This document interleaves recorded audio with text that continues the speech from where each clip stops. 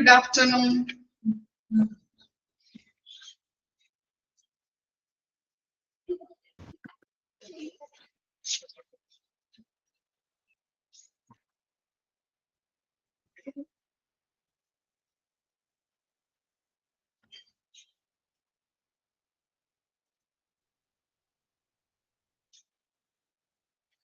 Okay, നമ്മൾ കഴിഞ്ഞ ക്ലാസ്സിൽ എടുത്തു നിർത്തിയത് measures to be taken for protection അല്ലെ? റേഡിയോളജിക്കൽ പ്രൊട്ടക്ഷൻ എന്താണ് അതിന്റെ ഡെഫിനിഷൻ നമ്മൾ പറഞ്ഞു. അതുപോലെ തന്നെ ത്രീ ടൈപ്സ് ഓഫ് ഡെഫിനിഷൻ നമ്മൾ പറഞ്ഞിരുന്നു. അതുപോലെ തന്നെ മെഷേഴ്സ് നമ്മൾ ഫസ്റ്റ് പോയിന്റ് എടുത്തു അല്ലെ? ഫോർ പേഷ്യൻസിന് വേണ്ടതായിട്ടുള്ള മെഷേഴ്സ് ഏതൊക്കെയാണെന്നുള്ളത് നമ്മൾ പറഞ്ഞിരുന്നു. ഓർക്കുന്നുണ്ടോ? റേഡിയോളജിക്കൽ പ്രൊട്ടക്ഷൻ എന്താണ്? എന്താ റേഡിയോളജിക്കൽ പ്രൊട്ടക്ഷൻ?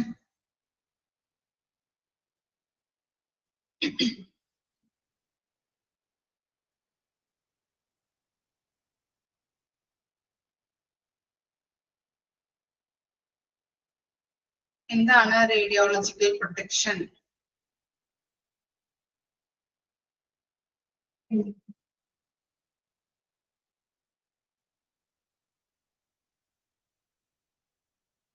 വായിച്ചില്ല ആരും?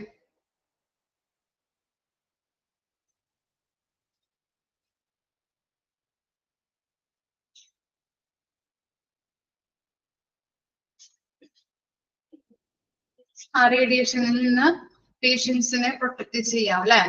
റേഡിയോളജിക്കൽ പ്രൊട്ടക്ഷന്റെ മറ്റൊരു പേര് എന്താ? റേഡിയേഷൻ പ്രൊട്ടക്ഷൻ ആണ്. ഓക്കെ, എത്ര ടൈപ്സ് ഉണ്ട്? 3 ടൈപ്സ്. ഏതൊക്കെയാ? Occupational radiology protection, then medical radiology protection, public relation radiology protection. Okay. Medical radiation protection ആരുമായിട്ട് റിലേറ്റ് ചെയ്യപ്പെട്ടതാണ്? Protection for patients. Patients. Okay.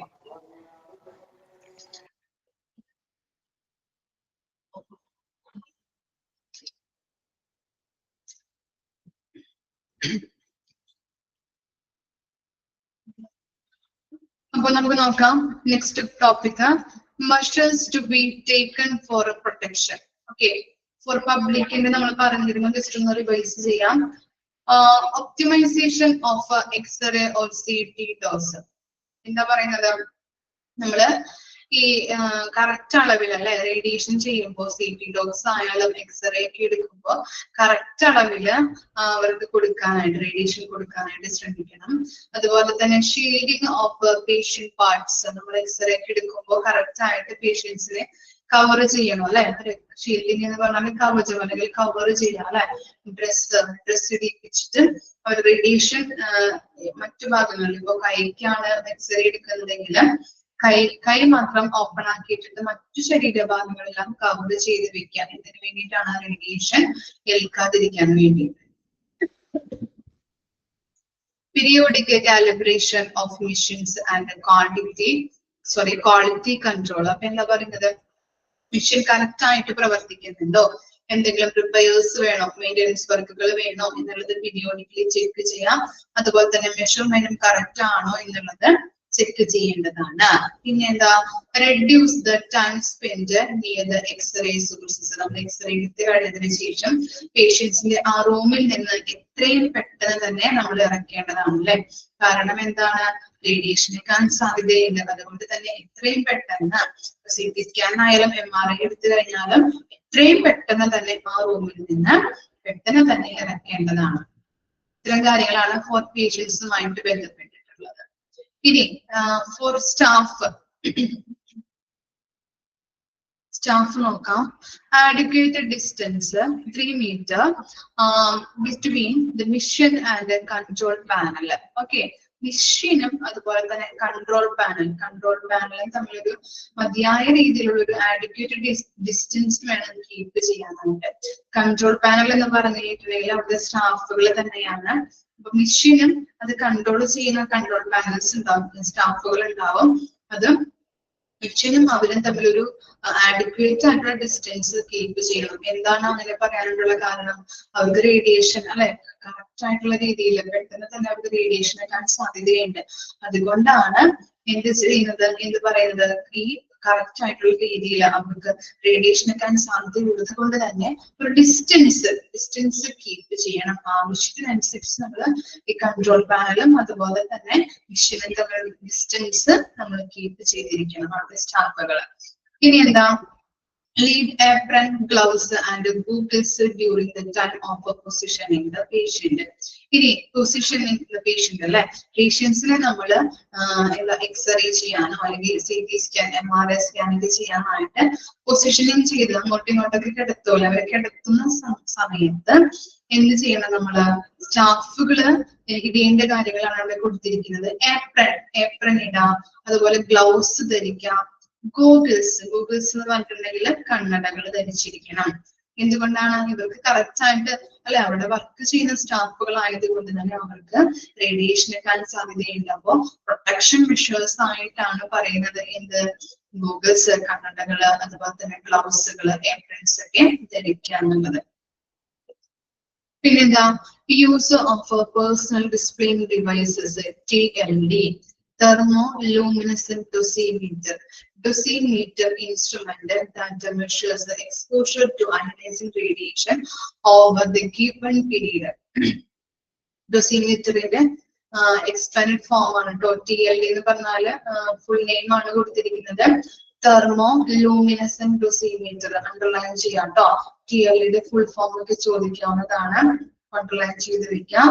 തെർമോലൂമിനസെന്റ് dosimeter. ഇനി ഡോസിമീറ്റർ എന്ന് പറഞ്ഞാൽ എന്താണ്?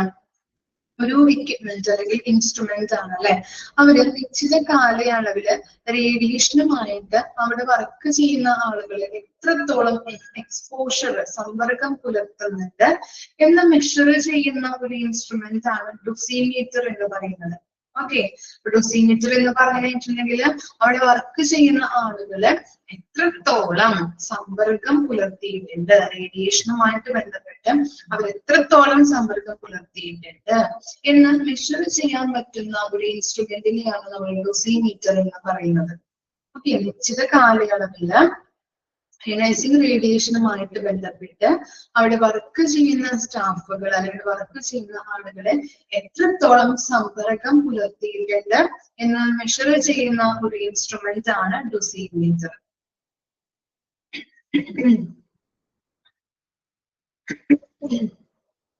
നമുക്ക് കറക്റ്റ് ആയിട്ട് അതിന്റെ യൂസേജും കാര്യങ്ങളൊക്കെ നമ്മൾ പ്രദർശിപ്പിക്കുകയും വേണം. പിന്നെ എന്താ, monitoring radiation exposure every month. ഇനി എന്താണ്, ഈ ഓരോ മെഷീൻസും എന്തെങ്കിലും കംപ്ലൈന്റ്സ് ഉണ്ടോ, അതുപോലെ തന്നെ എന്തെങ്കിലും എന്താ അതിൽ നിന്നും റേഡിയേഷൻ പുറത്തേക്ക് പോകുന്നുണ്ടോ, എന്തെങ്കിലും അയനൈസിങ് റേഡിയേഷനുകൾ പുറത്തേക്ക് പോകുന്നുണ്ടോ, അല്ലെങ്കിൽ കിരണങ്ങൾ പുറത്തേക്ക് പോകുന്നുണ്ടോ എന്നുള്ളത് മോണിറ്റർ ചെയ്യേണ്ടത് അത്യാവശ്യമാണ് അല്ലെ.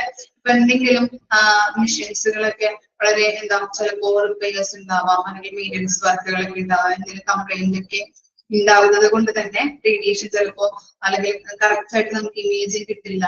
പിന്നെ റേഡിയന്റ് കിരണങ്ങൾ അതിൽ നിന്ന് പുറത്തേക്ക് പോകാം. അപ്പൊ എന്താണ്, അവിടെ വരുന്ന പേഷ്യൻസിനായാലും അവിടെ വർക്ക് ചെയ്യുന്ന സ്റ്റാഫുകൾക്കായാലും അത് ബുദ്ധിമുട്ടാണ്.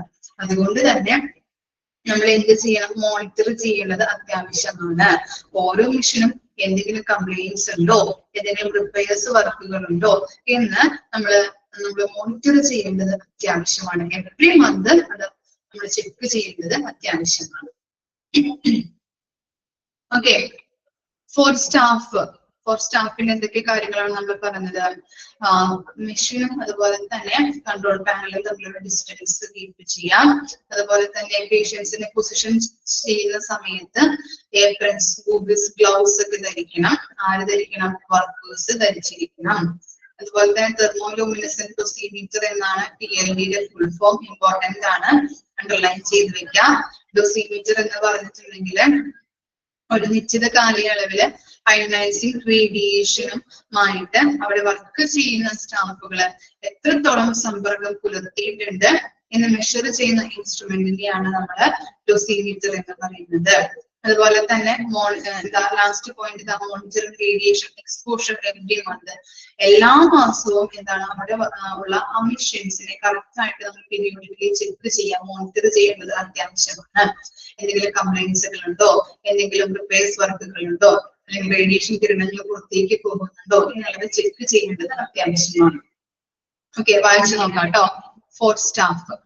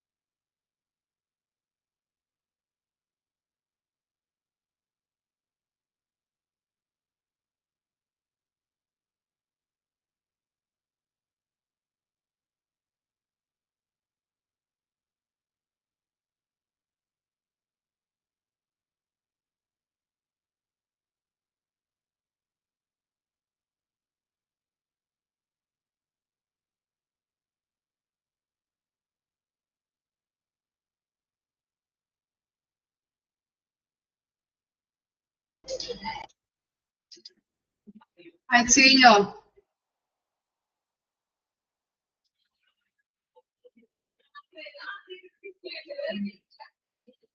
നെക്സ്റ്റ് ആണ് ഫോർ പബ്ലിക്.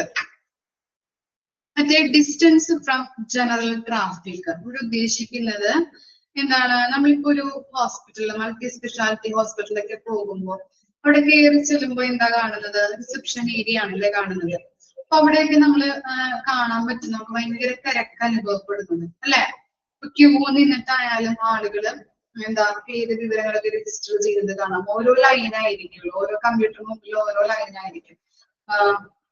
മൾട്ടി സ്പെഷ്യാലിറ്റി ഹോസ്പിറ്റലൊക്കെ ചെന്ന് കഴിഞ്ഞാൽ അവിടെയൊക്കെ ഭയങ്കര തിരക്കായിരിക്കും.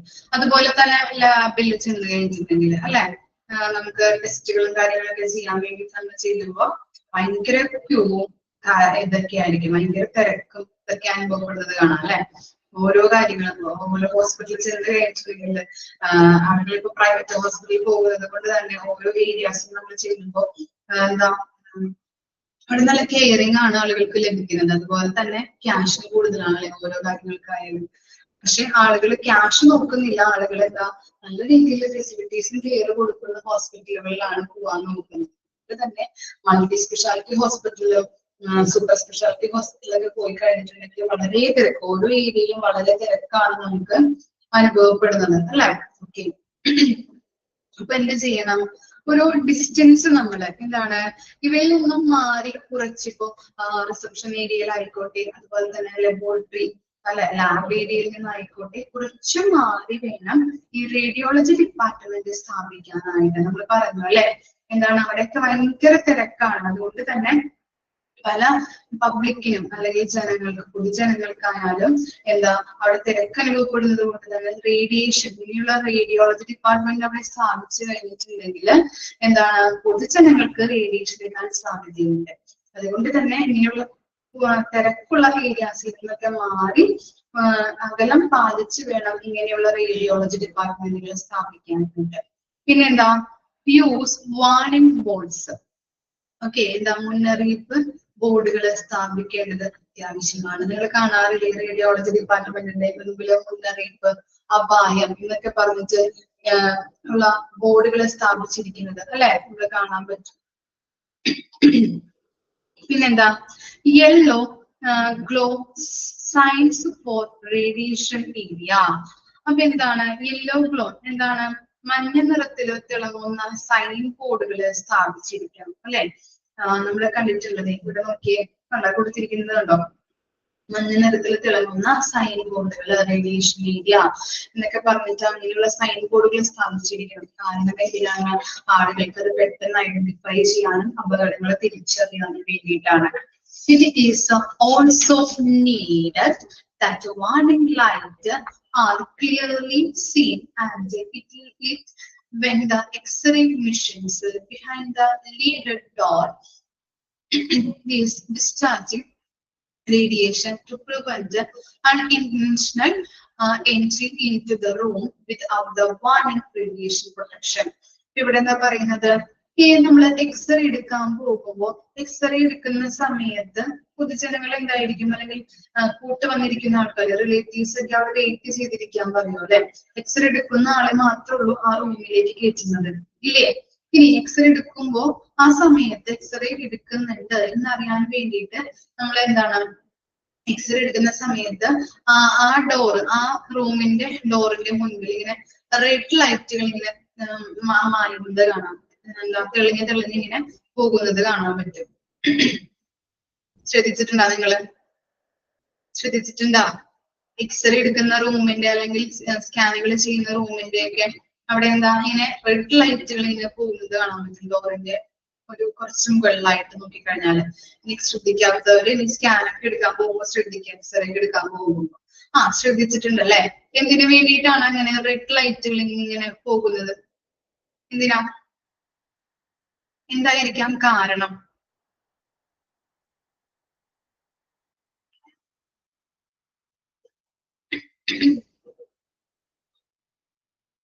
എന്തായിരിക്കാം? ആ ഡോറിന്റെ ഫ്രണ്ടിലൂടെ അല്ലെങ്കിൽ ഡോറിന്റെ ഇത്തിരി മുകളിലായിട്ട്, തൊട്ട് മുകളിലായിട്ട് ഇങ്ങനെ റെഡ് ലൈറ്റുകൾ പോകുന്നത് എന്തിനു വേണ്ടിയിട്ടാവാം?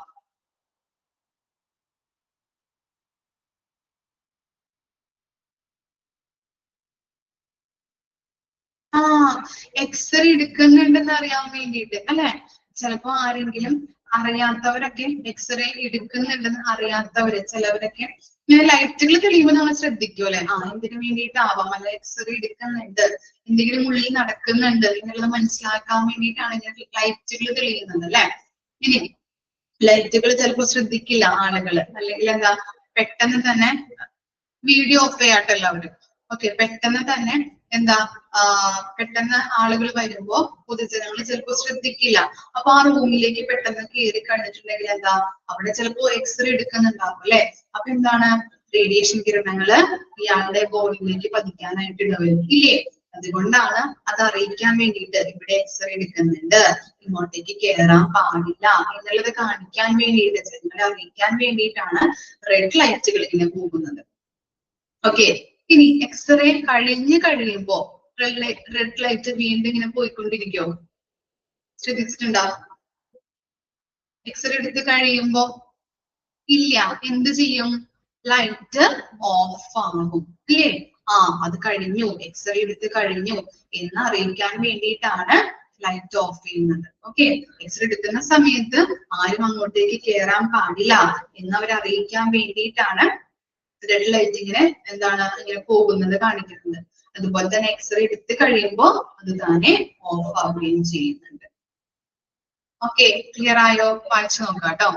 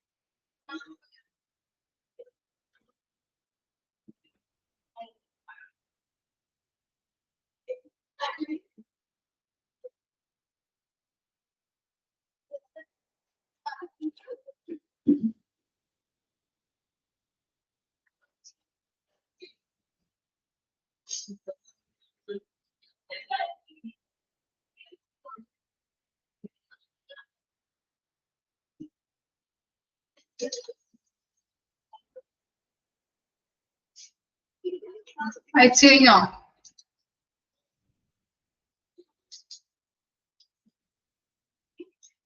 നെക്സ്റ്റ് നോക്കാം കേട്ടോ. The administration must make sure that the following. എന്താണ് നമുക്കറിയാം, ഓരോ ചാപ്റ്റർ പഠിക്കുമ്പോഴും അതിനകത്ത് ഹോസ്പിറ്റൽ അഡ്മിനിസ്ട്രേഷൻ ഏരിയ ഉണ്ടല്ലേ.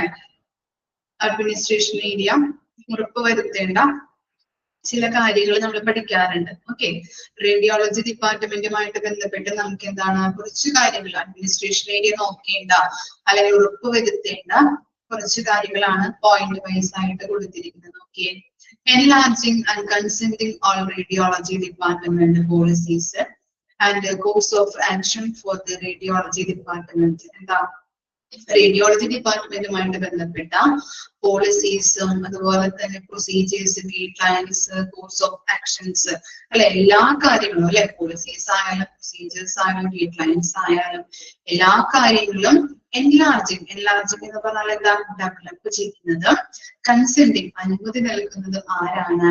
ഈ അഡ്മിനിസ്ട്രേഷൻ ഏരിയ ആണ്. നമുക്കറിയാം ഓരോ ഡിപ്പാർട്ട്മെന്റിന്റെ ഹോസ്പിറ്റലുകളിൽ ഓരോ ഡിപ്പാർട്ട്മെന്റും ഫോളോ ചെയ്യുന്ന ഗൈഡ് ലൈൻസ്, പ്രൊസീജിയേഴ്സ്, പോളിസീസ് ഒക്കെ ഡിഫറൻസ് ആണ് അല്ലെ. അവർക്ക് ഫോളോ ചെയ്യുന്ന രീതിയിലുള്ള പോളിസീസും പ്രൊസീജിയേഴ്സും റിട്ടേൺ ചെയ്യുന്നത് ആരാണ്? ഈ അഡ്മിനിസ്ട്രേഷൻ ഏരിയ ആണ്. അതുപോലെ തന്നെയാണ് ഇവിടെയും റേഡിയോളജി ഡിപ്പാർട്ട്മെന്റിലെ പോളിസീസും പ്രൊസീജിയേഴ്സും എഴുതുന്നത് അല്ലെ. അതുപോലെ തന്നെ അവർക്ക് അനുമതി നൽകുന്നതും അതുപോലെ തന്നെ അത് ഡെവലപ്പ് ചെയ്യുന്നതും ആരാണ്? അഡ്മിനിസ്ട്രേഷൻ ഏരിയ ആണ്. അവര് ഉറപ്പുവരുത്തേണ്ട ഏതാണ് ചില കാര്യങ്ങളാണ് കൊടുത്തിരിക്കുന്നത്. നോക്കാം. Appointment system for ward patients should be so planned and inpatient need not have to wait excessively. ആരാണ് വാർഡ് പേഷ്യന്റ് എന്ന് പറയുന്നത്? ആരെയാ വാർഡ് പേഷ്യന്റ് എന്ന് പറയാം?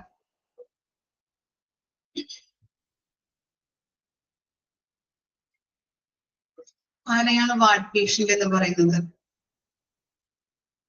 ഇൻപേഷ്യൻസിനെയാണ് വാർഡ് പേഷ്യൻസ് എന്ന് പറയുന്നത് കേട്ടോ.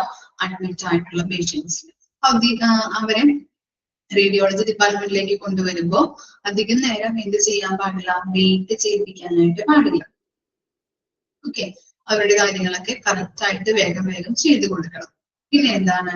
Departmental timings are followed according to the hospital policy. നമുക്കറിയാം ഓരോ ഡിപ്പാർട്ട്മെന്റിനും ഓരോ ടൈമിംഗ് ഉണ്ട് ഇല്ലേ. ഇനി റേഡിയോളജി ഡിപ്പാർട്ട്മെന്റിലെ സ്റ്റാഫുകൾക്ക് തോന്നിയ പോലെ ഓപ്പൺ ചെയ്യാനും ക്ലോസ് ചെയ്യാനും പറ്റുമോ?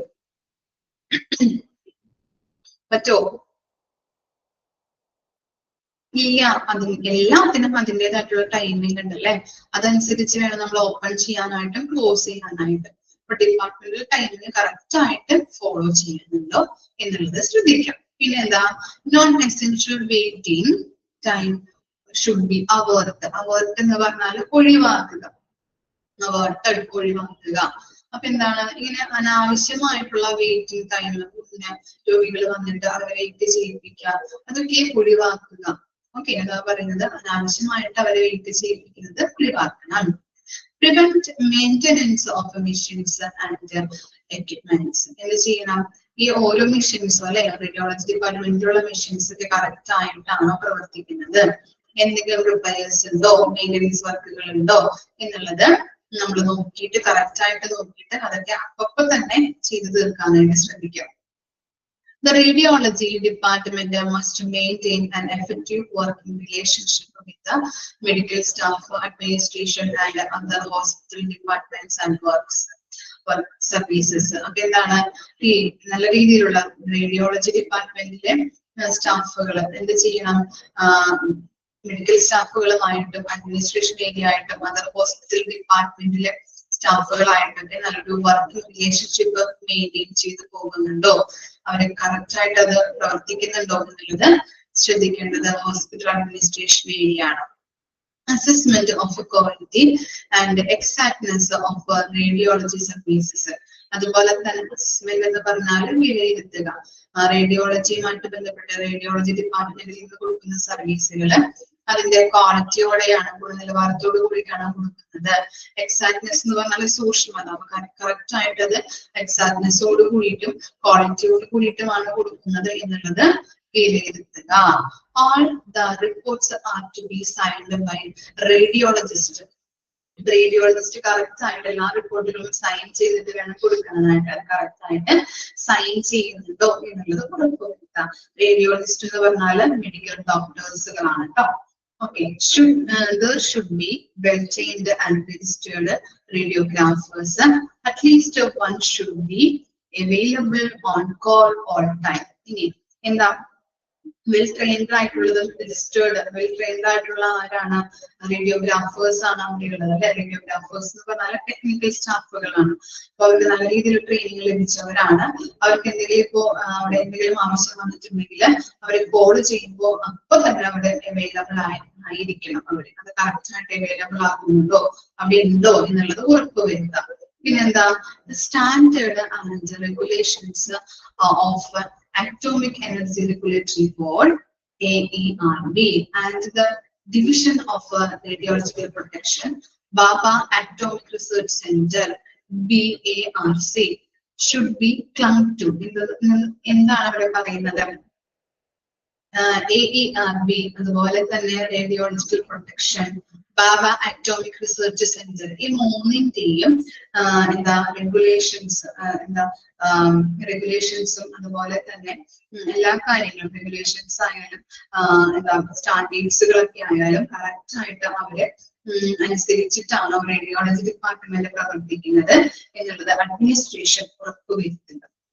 ഓക്കെ, നമ്മൾ പറഞ്ഞു AERB atomic energy research regulatory board, അതുപോലെ തന്നെ റേഡിയോളജിക്കൽ പ്രൊട്ടക്ഷൻ, ബാബ അറ്റോമിക് റിസർച്ച് സെന്റർ, ഈ മൂന്നിന്റെയും സ്റ്റാൻഡേർഡ്സ് ആയാലും റെഗുലേഷൻസ് അനുസരിച്ചിട്ടാണോ അനുസരിച്ചിട്ടാണോ റേഡിയോളജി ഡിപ്പാർട്ട്മെന്റ് പ്രവർത്തിക്കുന്നത് എന്നുള്ളത് ഉറപ്പുവരുത്തുക. ക്ലിയർ ആയോ? ഇത്രയും കാര്യങ്ങളാണ് അഡ്മിനിസ്ട്രേഷൻ ഏരിയ ഉറപ്പുവരുത്തേണ്ട കാര്യങ്ങൾ. വായിച്ചു നോക്കാം കേട്ടോ. ഇതോടുകൂടി നമ്മുടെ ചാപ്റ്റർ കംപ്ലീറ്റ് ആയിട്ടുണ്ട്.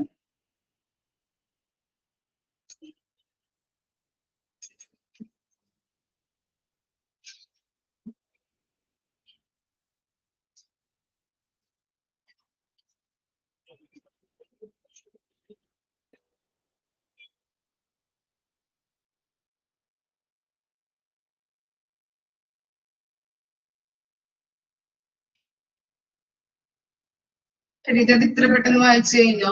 ഞാൻ ഇപ്പൊ തന്നെ എടുത്തു കഴിഞ്ഞോളൂ.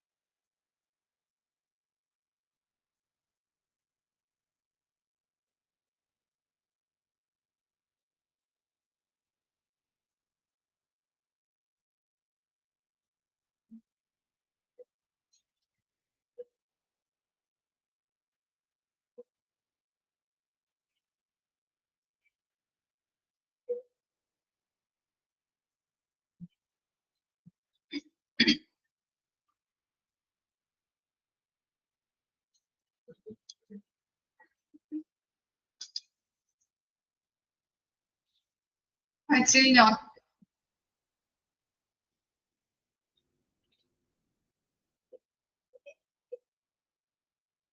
ഓക്കെ, അപ്പൊ നമ്മുടെ ചാപ്റ്റർ കംപ്ലീറ്റ് ആയിട്ടുണ്ട്. ഇമ്പോർട്ടന്റ് ആയിട്ടുള്ള ഭാഗങ്ങൾ ഒന്നുകൂടി പറഞ്ഞു തരാം കേട്ടോ റേഡിയോളജിയിലാണ്.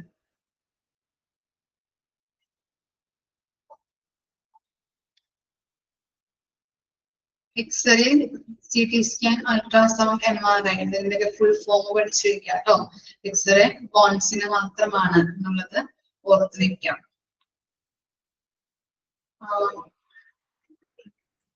അതുപോലെ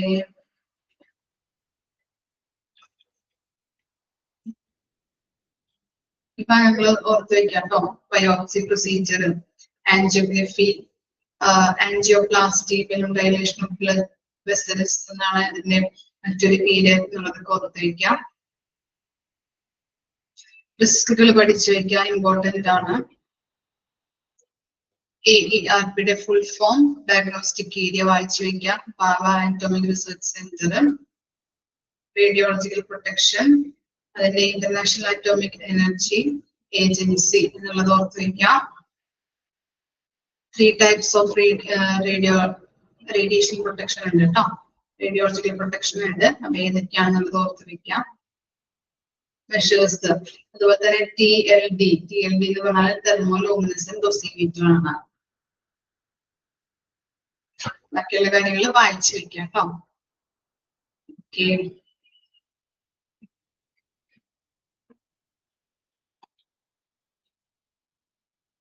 നെക്സ്റ്റ് 14th ചാപ്റ്റർ എടുക്കൂട്ടോ. Biomedical waste management.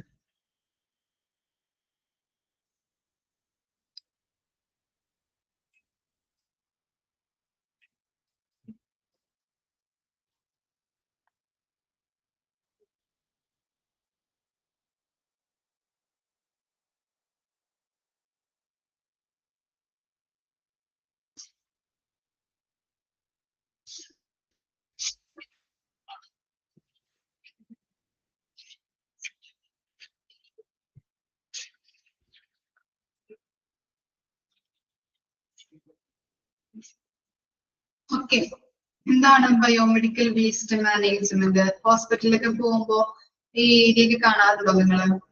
കണ്ടിട്ടുണ്ടോ? നമ്മൾ ഹോസ്പിറ്റൽ അഡ്മിനിസ്ട്രേഷൻ പഠിക്കുന്നതായതുകൊണ്ട് ഓരോ ഏരിയാസും ഒക്കെ നിങ്ങൾ ശ്രദ്ധിക്കാം കേട്ടോ. പഠിച്ച മേഖലകള് അല്ലെങ്കിൽ പഠിക്കുന്ന കാര്യങ്ങൾ, ഡിപ്പാർട്ട്മെന്റ്സുകളൊക്കെ ഹോസ്പിറ്റലിലൊക്കെ പോകുമ്പോൾ ശ്രദ്ധിക്കാം. Okay, biomedical waste management കണ്ടിട്ടുണ്ടല്ലേ?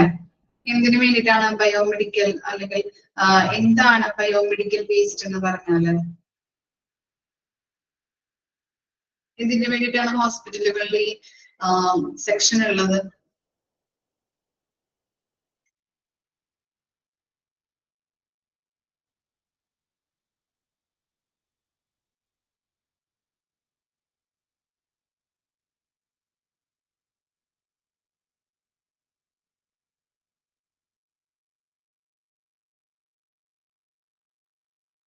Spillage waste എടുത്തല്ലേ? എങ്ങനെയുണ്ട് സ്പില്ലേജ് വേസ്റ്റ്? ബോറടിക്കോ ചാപ്റ്റർ?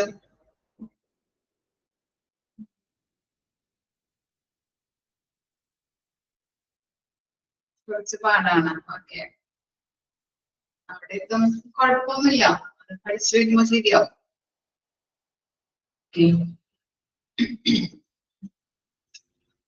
ഇതിനു വേണ്ടിയിട്ടാണ് ബയോമെഡിക്കൽ വേസ്റ്റ് മാനേജ്മെന്റ് ഹോസ്പിറ്റലുകളിൽ ഉള്ളത്. എന്താണ് ബയോമെഡിക്കൽ വേസ്റ്റ് എന്ന് പറഞ്ഞാല്? ഓക്കെ, ഇൻഫെക്ഷൻ വരാതിരിക്കാനല്ലേ? ഓക്കെ, കറക്റ്റ് ആയിട്ട് വേസ്റ്റുകൾ ഡിസ്പോസൽ ചെയ്യാൻ വേണ്ടിയിട്ടാണ് ഈ പ്രോസസ് ഉള്ളത്, അല്ലെങ്കിൽ ഈ കാര്യം അവിടെ ഹോസ്പിറ്റലുകളിൽ ഉള്ളത് അല്ലെ? Biomedical waste management. ഓക്കെ, നമുക്ക് നോക്കാം. The amount of garbage produced by healthcare institutions has increased as the result of growing medical advancement and new hospital constructions for better healthcare. Both the waste from any medical practice in healthcare facilities, testing centers, and laboratories are referred to as healthcare waste or biomedical waste. Okay. അപ്പോ ഈ biomedical waste എന്ന് പറഞ്ഞു കഴിഞ്ഞിട്ടുണ്ടെങ്കിൽ ഈ health care ഇൻസ്റ്റിറ്റ്യൂഷനിൽ നിന്ന്, അതുപോലെ തന്നെ ഹോസ്പിറ്റലുകളിൽ നിന്ന്, ലാബിൽ നിന്ന്, ലബോറട്ടറിയിൽ നിന്ന്, ടെസ്റ്റിംഗ് സെന്റേഴ്സിൽ നിന്നൊക്കെ ഇൻക്രീസ് ചെയ്യുന്ന ഇൻക്രീസ് ചെയ്യുന്ന വേസ്റ്റുകളെ നമ്മൾ പൊതുവായിട്ട് പറയുന്നതാണ് ബയോമെഡിക്കൽ വേസ്റ്റ് എന്ന്. ഓക്കെ. ജീവശാസ്ത്ര പഠന സമയത്ത് ഗവേഷണങ്ങൾ നടത്തുമ്പോൾ, മനുഷ്യന്റെ എന്തെങ്കിലും ടെസ്റ്റുകൾ നടത്തുമ്പോൾ ഉൽപ്പാദിപ്പിക്കപ്പെടുന്ന ഇൻഫെക്ഷൻ വരാൻ സാധ്യതയുള്ള മെറ്റീരിയൽസിനെയാണ് നമ്മള് ഇൻഫെക്ഷൻ വരാൻ സാധ്യതയുള്ള മെറ്റീരിയൽസ് ഒക്കെ ഉണ്ടാവില്ലേ, അതുമായിട്ട് ബന്ധപ്പെട്ട് നമ്മൾ ഓരോ പഠനങ്ങളൊക്കെ നടത്തുമ്പോൾ സിറിഞ്ച് വരാം, ഹ്യൂമൻ ടിഷ്യൂസ്, ഹ്യൂമൻ സിറം, അതുപോലെ തന്നെ ബോഡി ഫ്ലൂയിഡ്സ്, ബ്ലഡ്, യൂറിൻ, അങ്ങനെയുള്ള ഇതൊക്കെ നമുക്ക് ഇൻഫെക്ഷൻ വരാൻ സാധ്യതയുണ്ട് അല്ലെ. ഇത്തരത്തിലുള്ള വേസ്റ്റുകളെയാണ് നമ്മൾ ബയോമെഡിക്കൽ വേസ്റ്റ് എന്ന് പറയുന്നത്. കിട്ടിയില്ലേ? ജീവശാസ്ത്ര പഠന സമയത്തൊക്കെ നമ്മള് ഹോസ്പിറ്റലിൽ നിന്നും, അതുപോലെ തന്നെ ക്ലിനിക്കുകളിൽ നിന്നും, അതുപോലെ തന്നെ ലബോറട്ടറിയിൽ നിന്നും, അങ്ങനെ പല ഹോസ്പിറ്റൽ ഇൻസ്റ്റിറ്റ്യൂഷനിൽ നിന്നൊക്കെ ഇൻക്രീസ് ചെയ്യുന്ന വേസ്റ്റുകൾ, ഓക്കെ, മനുഷ്യൻ്റെതായിട്ടുള്ളതും അതുപോലെ തന്നെ ഇൻവെൻസിൻ്റെതായിട്ടുള്ളതും അതുപോലെ അങ്ങനെയുള്ള വേസ്റ്റുകളെയാണ് നമ്മള് ഇൻഫെക്ഷൻ വരാൻ സാധ്യതയുള്ള വേസ്റ്റുകളെയാണ് നമ്മൾ ബയോമെഡിക്കൽ വേസ്റ്റ് എന്ന് പറയുന്നത്. ഇതിനെ പറയുന്ന പേരുകളാണ് ഇവിടെ നോക്കിയേ. ഹെൽത്ത് കെയർ വേസ്റ്റ് എന്ന് പറയുന്നുണ്ട്, ബയോമെഡിക്കൽ വേസ്റ്റ് എന്ന് പറയുന്നുണ്ട്. അണ്ടർലൈൻ ചെയ്ത് വെക്കാം. Health care waste, biomedical waste. Healthcare workers are the general public and nearby flora and fauna are all the risk from hospital trash. Okay. Flora എന്ന് പറഞ്ഞാൽ എന്താ? Flora എന്ന് പറഞ്ഞാല് സസ്യവർഗം. അതുപോലെ തന്നെ ഫ്യൂണ എന്ന് പറഞ്ഞാല് ജന്തുജാലം. ഓക്കെ. അപ്പൊ അതിൽ നിന്നൊക്കെ എന്താണ് വരുന്നത്? എറേസ് ചെയ്യുന്ന വേസ്റ്റുകളെയാണ് നമ്മള് മനുഷ്യന്റെയും അതുപോലെ തന്നെ മൃഗങ്ങളുടെയും സസ്യജാലങ്ങളുടെയും ഒക്കെ ഇതിൽ നിന്ന് വരുന്ന വേസ്റ്റുകളെയാണ് നമ്മൾ ബയോമെഡിക്കൽ വേസ്റ്റ് എന്ന് പറയുന്നത് കേട്ടോ. ഇനി എന്താ? Hospital and other health care institutions issue with the waste disposal have grown to be a causes of a rise in concern. അപ്പൊ ഈ ഹോസ്പിറ്റലിൽ നിന്നും അതുപോലെ തന്നെ മറ്റു ഹെൽത്ത് കെയർ ഇൻസ്റ്റിറ്റ്യൂഷനിൽ നിന്നും ഫെസിലിറ്റീസിൽ നിന്നൊക്കെ റൈസ് ചെയ്യുന്ന വേസ്റ്റുകൾ അല്ലെ, ഓരോ ദിവസവും അവിടേക്ക് പലതരത്തിലുള്ള വേസ്റ്റുകളാണ് റൈസ് കൊണ്ടിരിക്കുന്നത് അല്ലെ, ഇൻക്രീസ് ചെയ്തുകൊണ്ടിരിക്കുന്നത്. അതുകൊണ്ട് തന്നെ ഈ വേസ്റ്റുകളൊക്കെ ഡിസ്പോസ് ചെയ്യുക എന്നുള്ളത് എന്താണ്? വളരെ ഒരു ആശങ്കാജനകമായ ഒരു കാര്യമായിട്ടാണ് പറയുന്നത്. The majority of nations worldwide, especially the developing countries, are facing difficult situation as the result of environmental pollution caused by the pathological waste generated by the growing population and resulting rapid growth in the number of health care centers. എന്താ പറയുന്നത്? നമ്മളിവിടെ പറയുന്നത് എന്താണ്? Developing കൺട്രീസിലൊക്കെ face ചെയ്യുന്ന situation എന്ന് പറഞ്ഞിട്ടുണ്ടെങ്കിൽ എന്താണ്? Pathological വേസ്റ്റുകൾ അല്ലെ, പാത്തോളജിക്കൽ വേസ്റ്റുകൾ. അതുപോലെ തന്നെ ഈ എന്താ നമ്മള് വളരെയധികം ഇപ്പൊ നമുക്ക് നോക്കിക്കഴിഞ്ഞിട്ടുണ്ടെങ്കിൽ കാണാം, പണ്ടുള്ള ഹോസ്പിറ്റലുകളല്ല ഇപ്പോഴുള്ള ഹോസ്പിറ്റലുകൾ അല്ലെ. നമ്മളെ എല്ലാ ഒരു ഗ്രാമപ്രദേശങ്ങളിൽ ഇപ്പൊ നല്ല ചെറിയ ചെറിയ ക്ലിനിക്കുകളായാലും ചെറിയ ചെറിയ ഹോസ്പിറ്റൽസിന് ഇപ്പോ ബിൽഡപ്പ് ചെയ്തിരിക്കുന്ന ഒരു സാഹചര്യം വന്നിരിക്കുകയാണ് അല്ലെ. പണ്ടുള്ളതിനെക്കാട്ടി പണ്ടുള്ള ഒരു സാഹചര്യമല്ല ഇപ്പോൾ. നമുക്ക് എവിടെ വേണമെങ്കിലും എപ്പോ അല്ലെ, നമുക്ക് എപ്പോഴും അവൈലബിൾ ആണ് എല്ലാ കാര്യങ്ങളും അല്ലെ. ഇപ്പൊ ഹോസ്പിറ്റലുകളായാലും അതുപോലെ തന്നെ മെഡിക്കൽ ഷോപ്പുകളായാലും നമുക്ക് എവിടെയെല്ലാം റൂറൽ ഏരിയയിലായിക്കോട്ടെ അർബൻ ഏരിയയിലായിക്കോട്ടെ അല്ലെ, എപ്പോഴും അവൈലബിൾ ആയിട്ടുള്ള ഒരു സാഹചര്യമാണ് നമുക്ക് ഇപ്പോ വന്നിരിക്കുന്നത്. അതുകൊണ്ട് തന്നെ പലയിടത്തും നോക്കിയിട്ടുണ്ടെങ്കിൽ ചെറിയ ചെറിയ ഹോസ്പിറ്റലൊക്കെ നമുക്ക് കാണാനായിട്ട് സാധിക്കും. അപ്പോ എന്തൊരു അസുഖം വന്നിട്ടുണ്ടെങ്കിൽ നമുക്ക് പെട്ടെന്ന് തന്നെ ജനങ്ങളെ കൊണ്ടുപോകാനായിട്ടും ഹെൽപ്പ് ചെയ്യുന്നുണ്ട്. അതുപോലെ തന്നെ എന്താ ജനങ്ങൾക്ക് സേവനം കൊടുക്കുന്നുണ്ട്. എന്നിരുന്നാൽ കൂടിയും അവിടെ നിന്നൊക്കെ വരുന്ന വേസ്റ്റുകളല്ലേ ദിനംതോറും വർദ്ധിച്ചു വരികയാണ് അല്ലെ. അതുകൊണ്ട് തന്നെ എൻവയോൺമെന്റൽ പൊല്യൂഷൻ എന്ന് പറഞ്ഞത് ഭയങ്കര ഇൻക്രീസ് ആയിക്കൊണ്ടിരിക്കുന്ന ഒരു സാഹചര്യമാണ്. ഓക്കെ, ഈ വേസ്റ്റുകളൊക്കെ കൃത്യമായിട്ട് നമ്മൾ ഓരോ ഹോസ്പിറ്റലിലും ക്ലിനിക്കുകളായിക്കോട്ടെ ഹെൽത്ത് കെയർ ഇൻസ്റ്റിറ്റ്യൂഷൻസ് ആയിക്കോട്ടെ അവിടെ നിന്നൊക്കെ ദിനംപ്രതി വർദ്ധിച്ചു വരുന്ന ഈ വേസ്റ്റുകൾ നമ്മൾ നല്ല രീതിയിലേക്ക് ഡിസ്പോസൽ ചെയ്യേണ്ടത് അത്യാവശ്യമാണ്. അല്ലെങ്കിൽ എന്താ സംഭവിക്കുക, എൻവയോൺമെന്റിൽ പൊല്യൂട്ടഡ് ആകുമ്പോൾ എൻവയോൺമെന്റൽ പൊല്യൂഷൻ സംഭവിക്കുന്നുണ്ട്. അതുപോലെ തന്നെ പൊതുജനങ്ങൾക്ക് പല മാരകമായിട്ടുള്ള അസുഖങ്ങൾ ഉണ്ടാവാനായിട്ട് ചാൻസ് ഉണ്ട് അല്ലെ. കറക്റ്റ് ആയിട്ട് നമ്മൾ ഡിസ്പോസൽ ചെയ്യേണ്ടത് അത്യാവശ്യമാണ്. ക്ലിയർ ആയോ? ഓക്കെ, ആ ഇൻട്രൊഡക്ഷൻ ഒന്ന് വായിച്ചു നോക്കാം കേട്ടോ.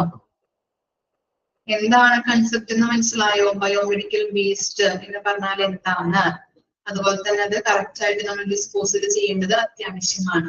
നമ്മൾ പഠിക്കും കേട്ടോ, അത് എങ്ങനെയൊക്കെ ഡിസ്പോസൽ ചെയ്യാം എന്നുള്ളത് പഠിക്കും നമ്മള്.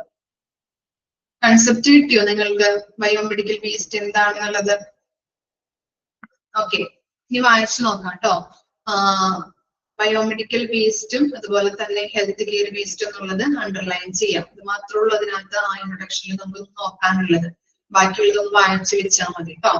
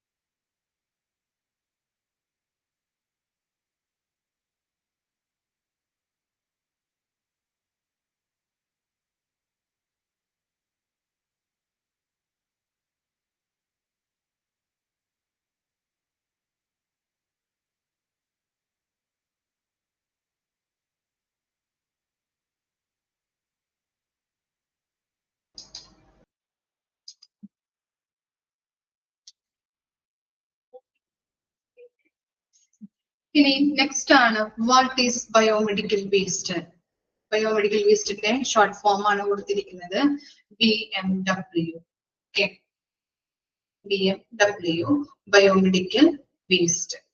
Biomedical waste or hospital waste is any kind of a waste containing infectious materials produced during the treatment of both the people and animals as well as during study involving biologists. എന്താ പറയുന്നത്, എന്താണ് biomedical waste എന്ന് പറഞ്ഞിട്ടുണ്ടെങ്കിൽ ജീവശാസ്ത്ര പഠന സമയത്ത് അല്ലെങ്കിൽ മനുഷ്യനെയോ മൃഗങ്ങളെയോ treatment ചെയ്യുന്ന സമയത്ത് അണുബാധ വരാൻ സാധ്യതയുള്ള മെറ്റീരിയൽസ്, അതിനെയാണ് നമ്മൾ പറയുന്നത് ബയോമെഡിക്കൽ വേസ്റ്റ്. ഒന്നുകൂടി പറയാം, ജീവശാസ്ത്ര പഠന സമയത്തോ അല്ലെങ്കിൽ മൃഗങ്ങളെയോ മനുഷ്യനെയോ ട്രീറ്റ്മെന്റ് ചെയ്യുന്ന സമയത്ത് അണുബാധ വരാൻ സാധ്യതയുള്ള മെറ്റീരിയൽസ് ഉണ്ടാവുമല്ലോ, ആ മെറ്റീരിയൽസിനെയാണ് നമ്മള് ബയോമെഡിക്കൽ വേസ്റ്റ് എന്ന് പറയുന്നത്. ഇനി objectives of biomedical waste: to lessen the quantity of waste that must be treated as a noxious waste. Okay, noxious waste എന്ന് പറഞ്ഞാൽ എന്താ? Noxious എന്താ മീനിങ് വരുന്നത്? Noxious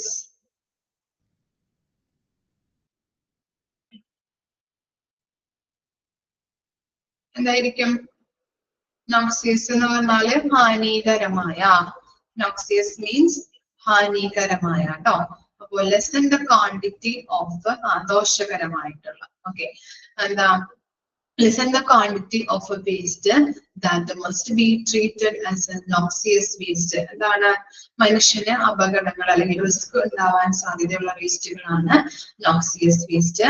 അങ്ങനെയുള്ള ആ ഇൻഫെക്ഷൻസ് സാധ്യതയുള്ള വേസ്റ്റുകളെ നമ്മൾ എന്താണ് ഇൻഫെക്ഷൻ കുറയ്ക്കാനായിട്ട് അല്ലെങ്കിൽ ക്വാണ്ടിറ്റി കുറയ്ക്കാനായിട്ട് സാധിക്കുന്നുണ്ട്.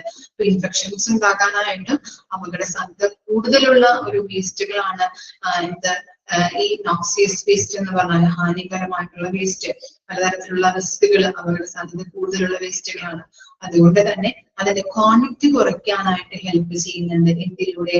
ബയോമെഡിക്കൽ വേസ്റ്റ് മാനേജ്മെന്റിലൂടെ അല്ലെ? നമ്മൾ പഠിക്കുന്നുണ്ടല്ലോ ഇപ്പൊ ഹോസ്പിറ്റലൊക്കെ നമ്മൾ അഡ്മിറ്റ് ആയിട്ടുണ്ടെങ്കിൽ നമ്മൾ അവിടെ കാണാറുണ്ട് പല ഈ ഹൗസ് കീപ്പിംഗ് സ്റ്റാഫുകളൊക്കെ വന്നിട്ട് എന്താ ഫുഡ് വേസ്റ്റുകൾ വേറൊരു കൊട്ടയിലിടണം, അതുപോലെ തന്നെ മറ്റു വേസ്റ്റുകൾ വേറൊരു കൊട്ടയിലിടാം, എന്നിട്ട് അതൊക്കെ എടുത്തുകൊണ്ട് പോയി പല പല കവറുകളിലാക്കിയിട്ട് ഡയപ്പർ ഉണ്ടെങ്കിൽ അതെങ്ങനെയാണ്ടുന്നത് ഒരു യെല്ലോ പ്ലാസ്റ്റിക് ബാഗുകളിലാണ് ഡയപ്പർ ഒക്കെ ഇടാനായിട്ട് അവർ തരുന്നത്. അതുപോലെ തന്നെ പ്ലാസ്റ്റിക് കൊട്ടകൾ ഡിഫറെന്റ് ഫുഡ് വേസ്റ്റുകൾ ഇടാനായിട്ട് വേറെ കൊട്ട ഉണ്ടാവും, മറ്റു വേസ്റ്റുകൾ ഇടാനായിട്ട് വേറെ കൊട്ട ഉണ്ടാവും. അപ്പൊ അവിടെ എടുത്തുകൊണ്ട് പോയിട്ട് ഇങ്ങനെ ഓരോ തരംതിരിച്ച് വെക്കുന്നതൊക്കെ കാണാൻ പറ്റും നമുക്ക്. എന്തിനു വേണ്ടിയിട്ടാണ്? നല്ല രീതിയിൽ അത് ഡിസ്പോസൽ ചെയ്ത് മനുഷ്യന് ദോഷകരം ഉണ്ടാക്കാത്ത രീതിയിൽ അത് ഡിസ്പോസൽ ചെയ്യാൻ വേണ്ടിയിട്ടാണ്. ഓക്കെ, അപ്പോ എന്തിവിടെ പറയുന്നത്? നോക്സിയസ് ആയിട്ടുള്ള വേസ്റ്റുകള്, ദോഷകരമായിട്ടുള്ള വേസ്റ്റുകള് അതിന്റെ ക്വാണ്ടിറ്റി കുറയ്ക്കാനായിട്ട് ഈ ബയോമെഡിക്കൽ വേസ്റ്റ് മാനേജ്മെന്റിലൂടെ സാധിക്കുന്നുണ്ട്. കാരണം എന്താ? അത് കറക്റ്റ് രീതിയിൽ ഡിസ്പോസൽ ചെയ്യുന്നതിലൂടെ മനുഷ്യരുടെ ഇൻഫെക്ഷൻസ് കുറയ്ക്കാനായിട്ട് സഹായിക്കുന്നു. പിന്നെന്താ? To lessen the exposibility risk to noxious healthcare waste for workers. ഇനി ഇതുമായിട്ട് ബന്ധപ്പെട്ട ജോലി ചെയ്യുന്ന സ്റ്റാഫുകൾ ഉണ്ടാവും അല്ലെ? ആ സ്റ്റാഫുകൾക്ക് എന്താ ഇൻഫെക്ഷൻ ഉണ്ടാവാതിരിക്കാൻ വേണ്ടിയിട്ടുള്ള പ്രിക്വേഷൻസ് എടുക്കണം. അവർക്കും എന്താണ്? അവരും ഈ വേസ്റ്റുമായിട്ട് സമ്പർക്കം പുലർത്തുന്നവരാണ്. അതുകൊണ്ട് തന്നെ അവർക്ക് എന്താണ്? പല റിസ്കുകള് അവരുടെ എന്താണ് പല രോഗങ്ങൾ ഉണ്ടാവാൻ ചാൻസ് ഉണ്ട്. അതുകൊണ്ട് തന്നെ അവർക്കും ഇൻഫെക്ഷൻസ് കുറയ്ക്കാൻ വേണ്ടിയിട്ടുള്ള പ്രിക്കോഷൻസ് എടുക്കാനായിട്ട് ഹെൽപ്പ് ചെയ്യുന്നുണ്ട്. ഇനി എന്താ? To reduce the price of treatment and disposal of medical waste. എന്താ പറയുന്നത്? ഈ മെഡിക്കൽ വേസ്റ്റുകൾ ഡിസ്പോസൽ ചെയ്യാനായിട്ടും അത് സംസ്കരിക്കാൻ വേണ്ടതായിട്ടുള്ള പ്രൈസ് കുറയ്ക്കാനായിട്ട് സഹായിക്കുന്നു. ഓരോ നമ്മള് കറക്റ്റ് ആയിട്ട് ഡിസ്പോസൽ ചെയ്യുന്നതിലൂടെ അത് ട്രീറ്റ്മെന്റ് ചെയ്യാനായിട്ട് ഡിസ്പോസൽ ചെയ്യാനായിട്ടുള്ള പ്രൈസ് കുറയ്ക്കാനായിട്ട് ഹെൽപ്പ് ചെയ്യുന്നുണ്ട്. പിന്നെ എന്താ? To enable the reuse of non hazardous general waste. എന്താണ് ഈ നോൺ ഹസാർഡസ് ജനറൽ വേസ്റ്റ് എന്ന് പറഞ്ഞിട്ടുണ്ടെങ്കിൽ എന്താ? അപകടകരമല്ലാത്ത വേസ്റ്റുകൾ, നോൺ ഹസാർഡസ് വേസ്റ്റുകൾ കേട്ടോ. അതെന്ന് പറഞ്ഞാൽ ഏതൊക്കെയാണ്? ഒരു പ്ലാസ്റ്റിക്കുകള്, അതുപോലെ തന്നെ നമുക്ക് ഈ പ്ലാസ്റ്റിക് റീയൂസ് ചെയ്ത് ഉപയോഗിക്കാൻ പറ്റും. അതുപോലെ തന്നെ പേപ്പേഴ്സുകള്, കാർഡ്ബോർഡുകള്, ഇതൊക്കെയാണ് ഈ നോൺ ഹസാർഡസ് വേസ്റ്റുകളിൽ വരുന്നത്. അപ്പൊ ഇതൊക്കെ നമുക്ക് റീയൂസ് ചെയ്ത് ഉപയോഗിക്കാനായിട്ട് സഹായിക്കുന്നുണ്ട്. അപ്പൊ അങ്ങനെയുള്ള വേസ്റ്റുകൾ നമ്മൾ ഉപയോഗിക്കുന്നതിലൂടെ റീയൂസ് ചെയ്യാനായിട്ട് സഹായിക്കുന്നുണ്ട്. ഓക്കെ, അപ്പോ ഇത്തരത്തിലുള്ള ഒബ്ജക്റ്റീവ്സ് ആണ് ഇതിനുള്ളത്. എന്തൊക്കെയാ പറയുന്നത്? അപകടകരമായിട്ടുള്ള വേസ്റ്റുകളാണ് നോക്സിയസ് വേസ്റ്റ് എന്ന് പറയുന്നത്. അതിന്റെ ക്വാണ്ടിറ്റി കുറയ്ക്കാനായിട്ട് ഈ ബയോമെഡിക്കൽ വേസ്റ്റ് മാനേജ്മെന്റിലൂടെ സാധിക്കുന്നുണ്ട്. അതുപോലെ തന്നെ ഈ ബയോമെഡിക്കൽ വേസ്റ്റ് മാനേജ്മെന്റിലൂടെ അതുമായിട്ട് പ്രവർത്തിക്കുന്ന സ്റ്റാഫുകൾക്ക് പല അപകട സാധ്യതകളുണ്ട്, അത് കുറയ്ക്കാനായിട്ട് ഹെൽപ്പ് ചെയ്യുന്നുണ്ട്. പിന്നെ എന്താ പറയുന്നത്? ഈ വേസ്റ്റുകൾ കൃത്യമായിട്ട് ഡിസ്പോസൽ ചെയ്യുന്നതിലൂടെ അതിന്റെ ആ ഡിസ്പോസൽ ചെയ്യുന്നത് ആ പ്രൈസുകൾ കുറയ്ക്കാനായിട്ട് അല്ലെ? ബയോമെഡിക്കൽ വേസ്റ്റുകൾ ഡിസ്പോസൽ ചെയ്യുന്നതിനും സംസ്കരിക്കുന്നതിനുമുള്ള പ്രൈസ് കുറയ്ക്കാനായിട്ട് ഹെൽപ്പ് ചെയ്യുന്നുണ്ട്. പിന്നെ എന്താണ്? നോൺ ഹസാർഡസ് വേസ്റ്റുകൾ നമുക്ക് റീയൂസ് ചെയ്ത് ഉപയോഗിക്കാൻ പറ്റും. ഏതൊക്കെയാണ് നോൺ ഹസാർഡസ് വേസ്റ്റ് എന്ന് പറയുന്നത്? പ്ലാസ്റ്റിക് ഉണ്ട്, അതുപോലെ തന്നെ ഡിസ്പോസിബിൾ എന്താ ഗ്ലാസസുകൾ, അതുപോലെ തന്നെ ഈ കാർബോർഡുകള്, ഇതൊക്കെയാണ് എന്ന് പറയുന്നത് നോൺ ഹസാർഡസ് എന്ന് പറഞ്ഞാല് അപകടകരമല്ലാത്ത വേസ്റ്റുകളായിട്ട് പറയുന്നത്. അങ്ങനെയുള്ള വേസ്റ്റുകൾ നമുക്ക് റീയൂസ് ചെയ്ത് ഉപയോഗിക്കാൻ വേണ്ടി ഹെൽപ്പ് ചെയ്യുന്നുണ്ട്. ഓക്കെ, ക്ലിയർ ആണോ? വായിച്ചു നോക്കി. ഇത്രയും വരെ എടുക്കുന്നുള്ളൂ, വായിച്ചു നോക്കാം കേട്ടോ.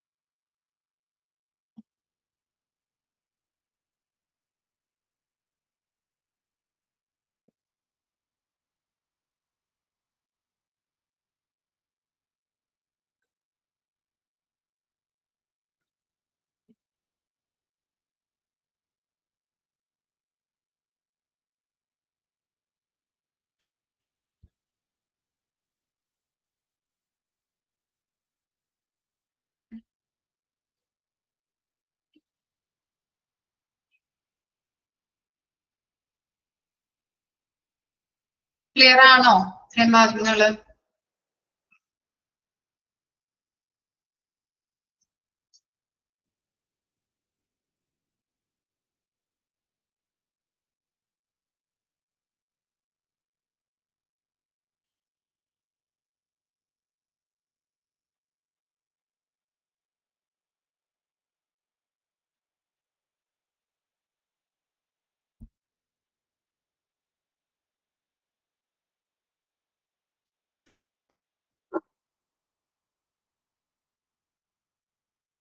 അതെന്ന് പറഞ്ഞാല് to reduce the price of treatment and disposal of medical waste എന്ന് പറഞ്ഞിട്ടുണ്ടെങ്കിൽ മെഡിക്കൽ വേസ്റ്റുകൾ അല്ലെ, ബയോമെഡിക്കൽ വേസ്റ്റുകൾ കറക്റ്റ് ആയിട്ട് ഡിസ്പോസൽ ചെയ്യുന്നതിനും സംസ്കരിക്കുന്നതിനും വേണ്ടതായിട്ടുള്ള പ്രൈസ് കുറയ്ക്കാനായിട്ട് സഹായിക്കുന്നുണ്ട്. ഓരോ കാര്യങ്ങളും ഇങ്ങനെ നമ്മൾ എന്താണ് കറക്റ്റ് ആയിട്ട് മാനേജ് ചെയ്യുന്നതിലൂടെ, ഓരോ വേസ്റ്റുകളും കാര്യങ്ങളും കറക്റ്റ് ആയിട്ട് മാനേജ് ചെയ്യുന്നതിലൂടെ അത് ഡിസ്പോസൽ ചെയ്യുന്നതുമായിട്ട് ബന്ധപ്പെട്ട പ്രൈസ് കുറയ്ക്കാനായിട്ട് ഹെൽപ്പ് ചെയ്യുന്നു.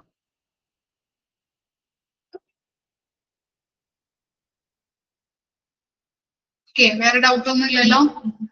Okay, thank you.